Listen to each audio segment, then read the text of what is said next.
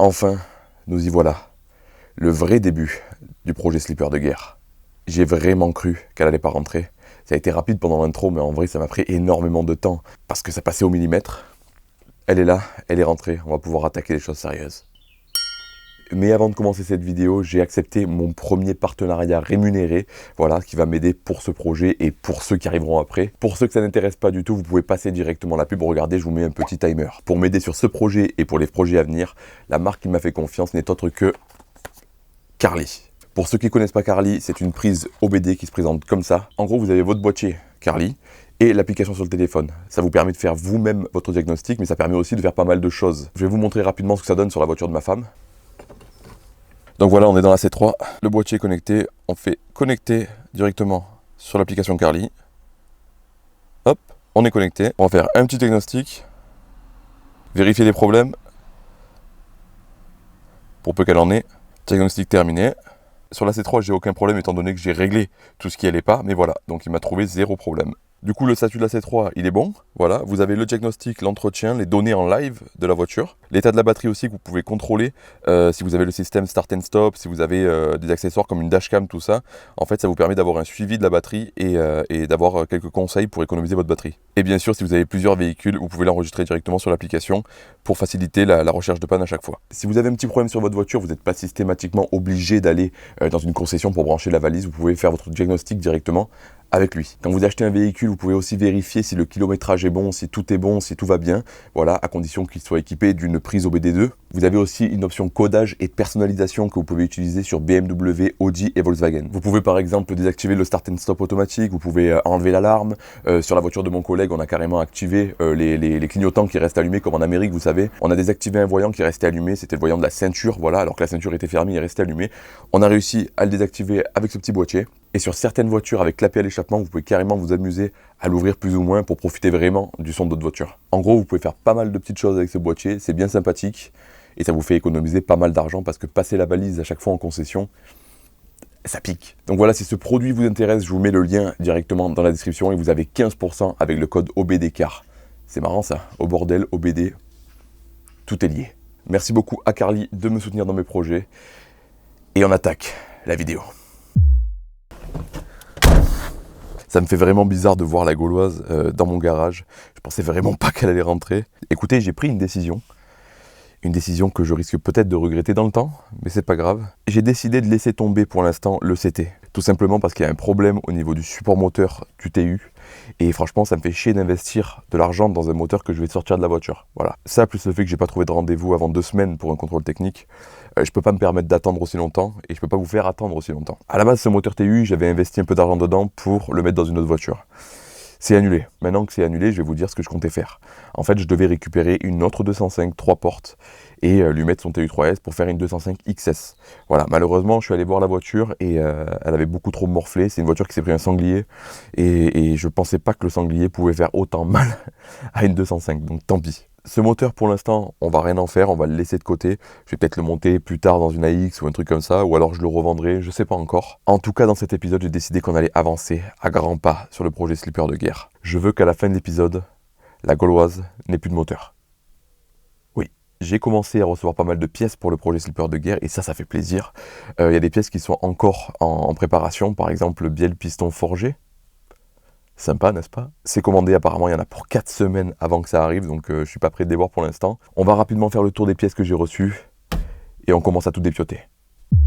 Donc voilà ce que j'ai déjà acheté. Le train avant qui va terminer sur la Gauloise, c'est un train avant de 205 TD.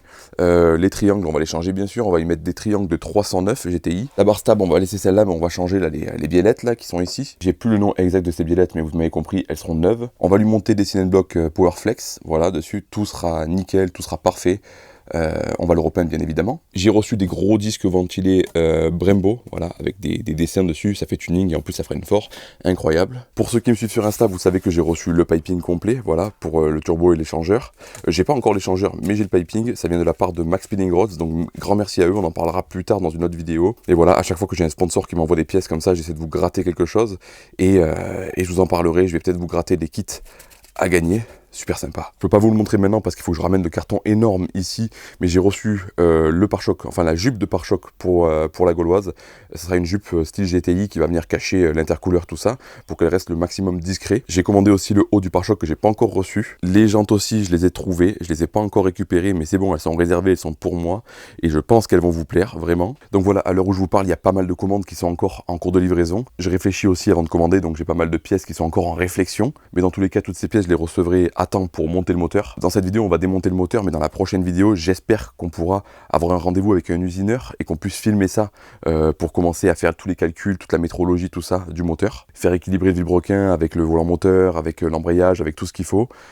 Ça va être cool. Pour le train arrière, c'est pareil, je suis en train de réfléchir à une solution plutôt cool pour que vraiment cette bagnole elle tienne la route, parce qu'une fois qu'elle fera 300 chevaux, elle aura intérêt à tenir le pavé. Pour la boîte, c'est pareil, celle que j'ai, moi, c'est une boîte de GTI courte, 1,6 litre. C'est pas ce qu'on va utiliser. Nous, on va sûrement partir sur une boîte TD qui sera beaucoup plus solide avec des rapports plus longs. Pour la culasse, j'ai hésité à commander une culasse 16 soupapes. J'en ai parlé avec Thomas de Petite Sportive, et il m'a dit que c'était un peu la merde à adapter. Et surtout, c'était fait pour sortir beaucoup plus de chevaux et que ma boîte ne tiendrait pas et qu'il faut adapter une boîte DSG, un truc comme ça. Et moi, je veux une boîte d'homme, une boîte manuelle. Donc on va rester sur une culasse 8 soupapes. Et j'ai trouvé du coup une culasse de 205 GTI 1,9 litre que j'ai pas encore reçue, je l'ai trouvé sur le bon coin.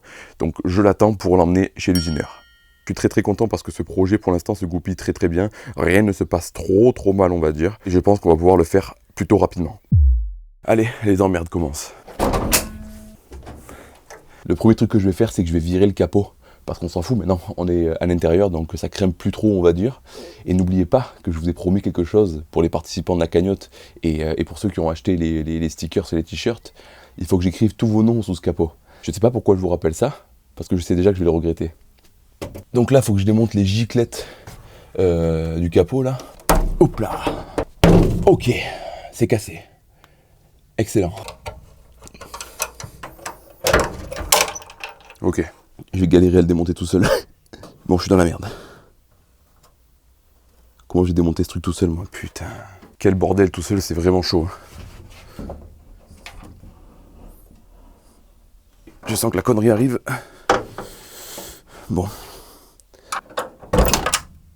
Ok. Oui, c'est bon. Hop là. Ça commence bien, hein? Le capot c'est bon, je vais venir retirer complètement lui là. Ok, ça dégage. On retire le petit boîtier ici de fusible là. Ok, ça dégage. On vient virer ma traverse tuning que j'avais découpée pour laisser passer le radiateur. Les fixations de la grille. Ça dégage. Et logiquement on peut commencer à dégager ça. Voilà. Il faut juste venir décrocher le câble d'ouverture de coffre. Ça dégage. On va vidanger l'eau, du coup, du radiateur. Sachant qu'on va pas garder ce radiateur non plus pour la prépa. Ok, ça coule. Merde. Oh merde. Ça commence, on fout partout. Oh, j'ai la tête qui tourne. En attendant que ça coule, on va enlever le ventilateur. Hop, je crois qu'on peut l'enlever, il n'y a pas de souci. Voilà. Voilà, ça dégage. Je suis en train de repenser au moment où je l'avais purgé, où j'étais content que ça fonctionne, tout ça. Et là, je suis en train de tout virer. Pour la bonne cause. Mais ça fait quand même quelque chose de tout virer en si peu de temps, quoi. Hop, merde. Bon, mais c'est bien vidé. Radiateur et eau, c'est bon. Faut peut-être qu'on commence à enlever la batterie aussi. Ça serait pas mal. Batterie, système d'air, tous les câbles, etc. Après, on l'accroche. Il faut peut-être qu'on le vidange aussi, c'est pas mal. Au moins, il sera moins lourd. On va enlever les phares, on va enlever les ailes. On va tout mettre à poil. Pour démonter le maximum de pièces que je peux détordre. Par exemple, ces pièces-là qui sont tordues, j'aimerais bien les démonter pour les remettre dans le bon sens, tout ça. On va faire une belle B-moteur aussi, hein. On va en profiter, on va faire de l'extérieur, elle sera basique, ça sera une voiture basique. Mais par contre, quand tu vas ouvrir le capot, ça sera une voiture magnifique, quoi. Enfin, c'est ce que je veux en tout cas. On va faire en sorte. La batterie. Ok. La batterie c'est pareil, j'aimerais bien qu'on la foute à l'arrière parce que secrètement, j'aimerais que le turbo vienne à côté du moteur. Je ne sais pas si ça va être possible au niveau de la place, mais j'aimerais bien partir sur ça. Dites-moi dans les commentaires ce que vous en pensez. On va démonter le câble de starter. Ok, câble de starter c'est bon. Le câble d'accélérateur.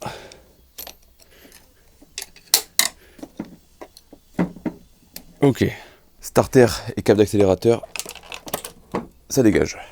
L'arrivée d'essence, youp. Cette prise aussi là, hop, on la vire. Et je vois qu'il y a une prise encore derrière là. La prise de l'allumage. Comment elle sort celle-là? Faut tirer. Tout simplement. Hop. Il y a cette prise là aussi. Hop. Il y a la marche arrière à retirer. Tac. Assez simple comme faisceau au final. Je vais virer la boîte à air pour voir plus clair. Hop. Tac. Ok. Tac. Voilà. Un plaisir à démonter cette boîte à air à chaque fois. On y voit beaucoup plus clair. Donc qu'est-ce que c'est qui est branché encore dessous? Oh, c'est quoi ces câbles? Ah mais c'est les câbles du démarreur. Non, il y a le câble du démarreur et lui c'est quoi là-bas? Il va jusqu'à où? Ok. Donc il y a une sonde de ce côté du moteur. Il y a la connexion de l'alternateur et le plus de l'alternateur aussi qu'il faut démonter. On va pas le faire tomber dans l'eau. Ok. Ça c'est démonté. Je pense que vous m'avez rarement vu concentré comme ça. Pour l'instant, il n'y a pas eu de problème particulier. J'espère que ça va durer. Putain, c'est pas vrai ça. Pourquoi ça passe pas? Qu'est-ce que c'est ce bordel? C'est du 12? Il y a un truc qui vient me gêner, je peux pas enlever. Un écrou là. Vous voyez, quand je commence à me dire qu'il n'y a pas de problème, c'est toujours là qu'il y en a. Je vais directement faire tomber le démarreur. Comme quand j'avais fait la boîte. Ce sera beaucoup plus simple. Vous m'excuserez, mais là c'est compliqué de vous montrer. En plus, je vous ai déjà montré dans l'épisode où je changeais la boîte, où virer les vis de démarreur. Il y avait le câble de compteur aussi, évidemment. Hop, le démarreur, il est là. Lui, il dégage. C'est un sacré bordel quand même, tous ces câbles. Ce que j'aimerais, c'est virer tous les câbles du milieu pour y voir plus clair, quoi. Ok. Ok. Hop. Voilà. On déconnecte les phares. On déconnecte le klaxon. Hop, hop. On va déconnecter l'autre phare là-bas. Je viens de recevoir un colis. J'ai aucune idée de ce que c'est.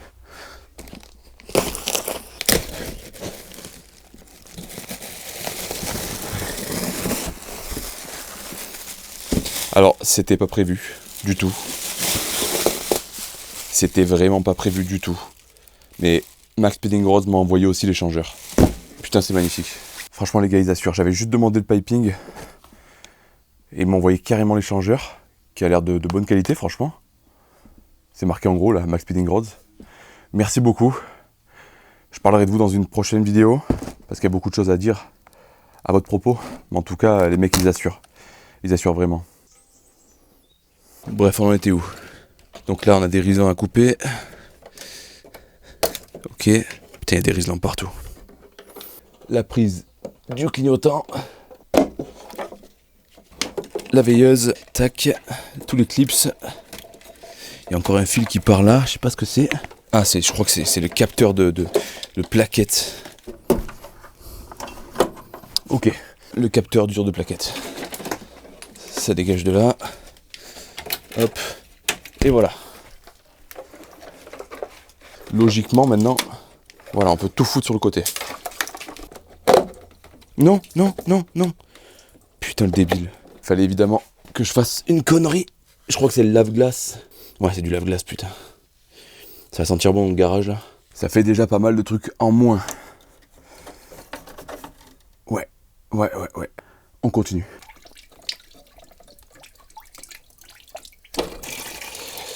Du riz de radiateur. Je vais bien galérer à la démonter, celle-là, je le sens.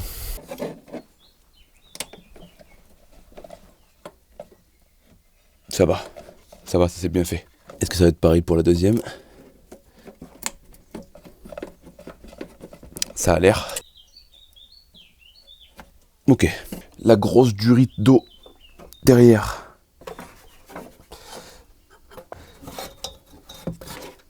Voilà. La durite qui va sous le carbu. Je suppose pour réchauffer le carbu. Connerie ça encore. Peut-être en Russie mais pas ici. Ok. Et la dernière durite de chauffage. Je suis désolé si je peux pas vous montrer mais là c'est vraiment caché. Ok. Donc durite de chauffage, ça dégage aussi. Système d'eau, terminé. Enfin pas tout à fait puisque j'ai pas retiré le vase d'expansion. Ok. Boum. Maintenant c'est officiel. Il n'y a plus d'eau. Bon, voilà où on en est. Hors caméra, j'ai juste levé la voiture. Voilà, j'ai mis double chandelle parce que je vous avoue que je me chie dessus. J'ai trop peur que la voiture me tombe dessus quand je serai dessous. Donc j'ai préféré jouer la sécurité. Et je l'ai monté, je vous ai pas montré comment je l'ai monté, sinon vous m'auriez engueulé sûrement. Donc voilà, je l'ai monté hors caméra et j'ai mis les deux chandelles des deux côtés. Je pense qu'elle sera assez haute pour me glisser dessous, pour pouvoir aller redémonter la boîte pour sortir le moteur. Parce qu'il y en a qui sortiraient le moteur complet avec la boîte, mais je pense que la boîte je vais la garder. En plus c'est celle que Pascal m'a donnée, ça me fait chier de la virer d'entrée quoi. Donc elle pourra peut-être me servir plus tard. Tout est déconnecté, voilà. Tout ce qui est tringlerie de boîte, tout ça derrière, tout est déconnecté. Il n'y a plus que l'échappement qui reste accroché au moteur. Tous les câbles sont sur la droite là, donc câble d'accélérateur, starter, durite, machin, câble, tout l'électronique, enfin tout l'électrique pardon, est sur le côté droit. Donc là, il faut que je vidange le moteur, que je vidange la boîte, que je tombe les roues, que je retombe les cardans encore une fois, que je fasse tomber l'échappement, que je refasse tomber la boîte, et avant de faire tomber la boîte, je vais accrocher le moteur avec la chèvre par-dessus. Et comme ça on sera plus tranquille que la première fois. Je fais tomber la boîte, on fait tomber le moteur et on aura déjà fait une bonne partie du travail. J'espère que cette vidéo est pas trop longue, j'espère que c'est pas trop long à regarder, mais après vous m'avez demandé tous les détails, donc je vous mets tous les détails et je vous cache absolument rien. On reprend. Vidange moteur. J'ai même pas envie de travailler là, je suis trop calé, le sol il est hyper frais par rapport à l'extérieur. Oh je suis bien. C'est parti. J'en ai pas trop pris sur la main, nickel. Le temps que ça vidange, je vais commencer à venir desserrer la boîte. Boîte moteur vidangée. Ok. Oh, ça me fait chier de tout redémonter là. C'est décourageant. J'ai décidé de ne pas vous montrer le démontage de toute cette partie-là, là, des deux côtés, parce qu'on l'a vu dans la dernière vidéo de la Gauloise. Si vous ne l'avez pas vu, je vous la mets quelque part sur l'écran. Si ça vous intéresse de savoir comment j'ai démonté ce bordel, parce que croyez-moi, j'en avais chié. Bizarrement, j'en ai chié encore plus pour sortir les rotules là, du bras de suspension. Alors peut-être parce qu'elles étaient neuves ou quoi, j'en ai vraiment chié, regardez. J'ai éclaté la barre d'antenne qui était vraiment solide de base. Je l'ai éclaté mais j'ai réussi. Et si vous vous rappelez bien dans cette vidéo, quand j'étais parti, j'avais le pommeau de vitesse qui vibrait, vous savez. J'ai trouvé le problème.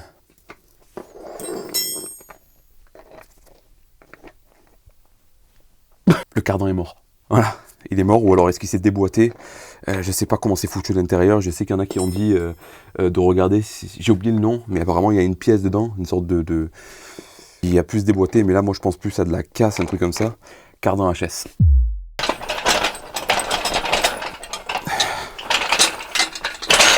Allez.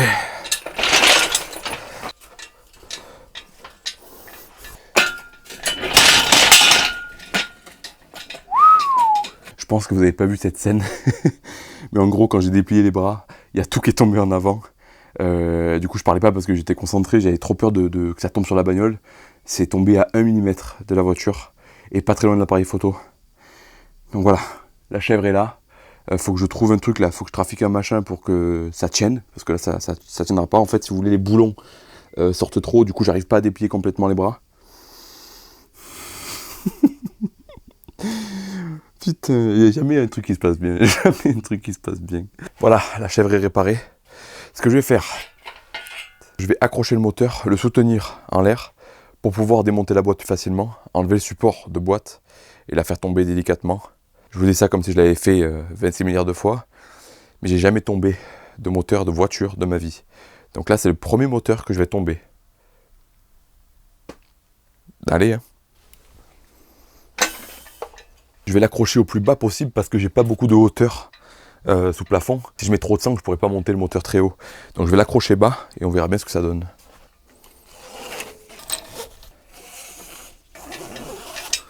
Vu que je suis un gros stressé, je vais mettre 4 sangles.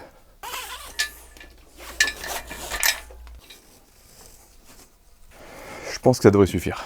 On va le mettre en appui. Maintenant que le moteur tient, je vais pouvoir démonter la boîte, la faire tomber, et après on pourra faire sortir le moteur. Hein. Ah putain, j'ai oublié un truc. Avec l'échappement, ça va être compliqué. Pour l'échappement, on a les 3 vis qui se trouvent ici. Une de chaque côté, 1, 2, 3. Là, on a 2 vis là, derrière le moteur, qui vont sur la ligne directement. Et la vis qui est sous la boîte, qui tient le pot, je ne sais pas si vous vous rappelez sur la vidéo où j'avais démonté la boîte. Je l'ai déjà desserrée, elle est pratiquement enlevée. Il n'y a plus qu'à enlever ça. Donc on fait l'échappement, on tombe la boîte et on sort ce putain de moteur.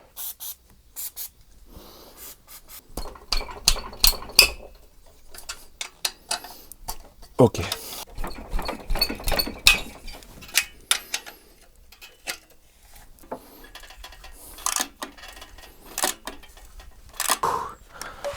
Vous imaginez même pas comme je transpire. J'en peux plus. Je l'ai eu. Ah mais j'ai eu tout le goujon, d'accord. Hop.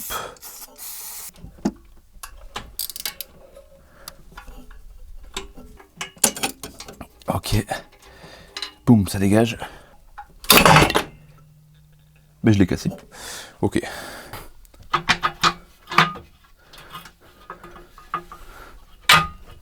C'est bon, je l'ai. Fais pas chier s'il te plaît. Oupsie. L'échappement, ça dégage. Ok. Il n'y a plus que 2 vis à enlever. Celle-là, celle-là, il n'y est plus. Il ne reste plus que celle-là en dessous. Et la boîte sort. Après, il faudra enlever le support sous le moteur. Vous inquiétez pas, je ne l'ai pas oublié. Le support côté distri. Et logiquement, ça devrait sortir. Tombe pas, s'il te plaît. Normalement, elle n'est pas censée tomber, mais on sait jamais. Vu comme j'ai galéré à la rentrée. Voilà. Allez, c'est reparti comme la dernière fois. Sous la bagnole. Ah putain, par contre, cette fois, il y a le... Ah putain, ouais, j'avais pas pensé à ça. Cette fois, il y a la chèvre. Merde. Comment je vais faire, là? Je vais essayer de la sortir d'en haut.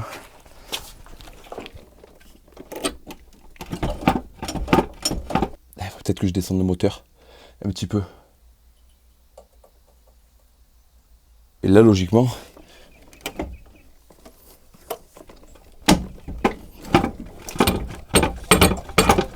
Allez, sors. Pourquoi tu viens pas? Qu'est-ce que j'ai oublié? Normalement, j'ai rien oublié.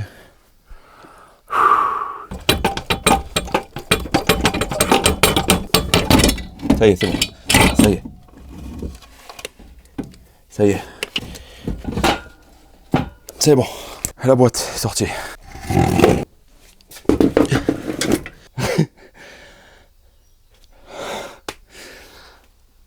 Je dois couler l'eau là. On dirait pas, mais commence à faire chaud. Hein. Commence à faire très très chaud. Je démonte le support moteur.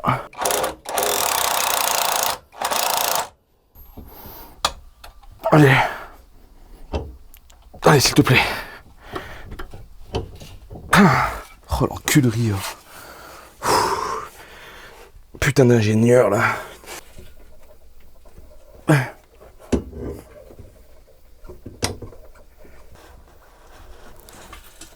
Oh lui, oh. Oh, je vous jure qu'il manque 1 centimètre. 1 centimètre il manque pour sortir ce putain de... On va faire autrement.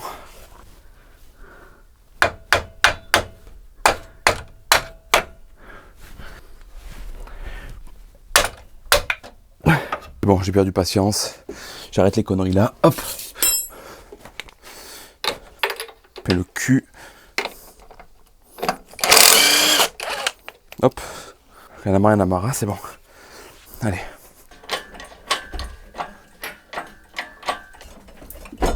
Oh. Connasse. Espèce de connasse. Ça y est. Non. Non, non, non, non, non.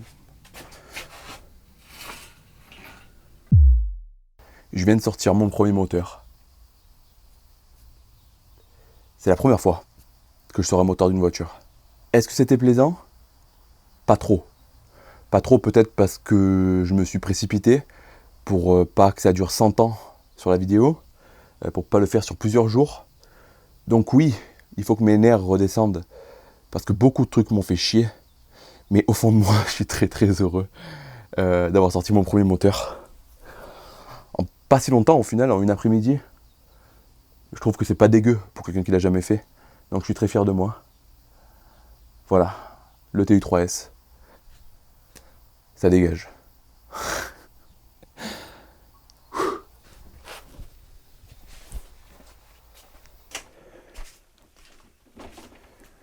Bon, on a bien avancé. Je pense que vous l'avez remarqué, j'étais à deux doigts de, de craquer hier. Après coup, je me sens beaucoup mieux et je suis très content d'avoir réussi ma mission. Si vous faites partie des courageux qui sont arrivés jusqu'ici dans la vidéo, mettez-moi en commentaire « Adieu le TU ». Dites-moi en commentaire également ce que vous avez pensé de cette vidéo. Est-ce que c'était pas un peu trop long à regarder?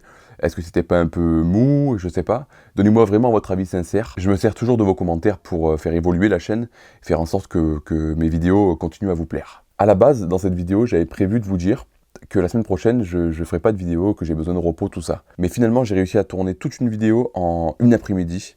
Donc cool, je vais pouvoir me reposer demain, parce que demain on est vendredi, donc demain la vidéo sort, mais toute la journée, je vais rien faire. Je vais absolument rien faire, je vais enfin me reposer un petit peu. L'avantage, c'est que la semaine prochaine, vous aurez une vidéo. De quoi elle va parler cette vidéo, je ne sais pas encore pour tout vous dire. Soit on va s'occuper du train avant, soit on va commencer les travaux sur le moteur. Ça dépendra vraiment de ce que je vais recevoir et des rendez-vous que je pourrai obtenir. Dans cette vidéo, je devais aussi démonter les ailes, les phares, etc. Continuer à démonter le train, tout ça.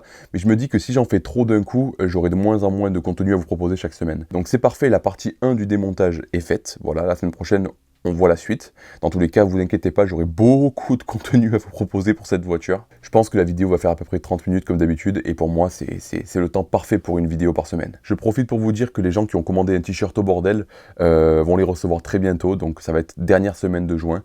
Donc merci beaucoup, désolé pour le délai, malheureusement j'ai pas pu faire autrement. On va essayer d'accélérer un peu le délai pour les prochaines commandes, et je vais aussi vous proposer un t-shirt sans le logo derrière. Il y a beaucoup de personnes qui m'ont demandé seulement le logo devant. Voilà, donc je vous entends, je vais faire tout ce qu'il faut.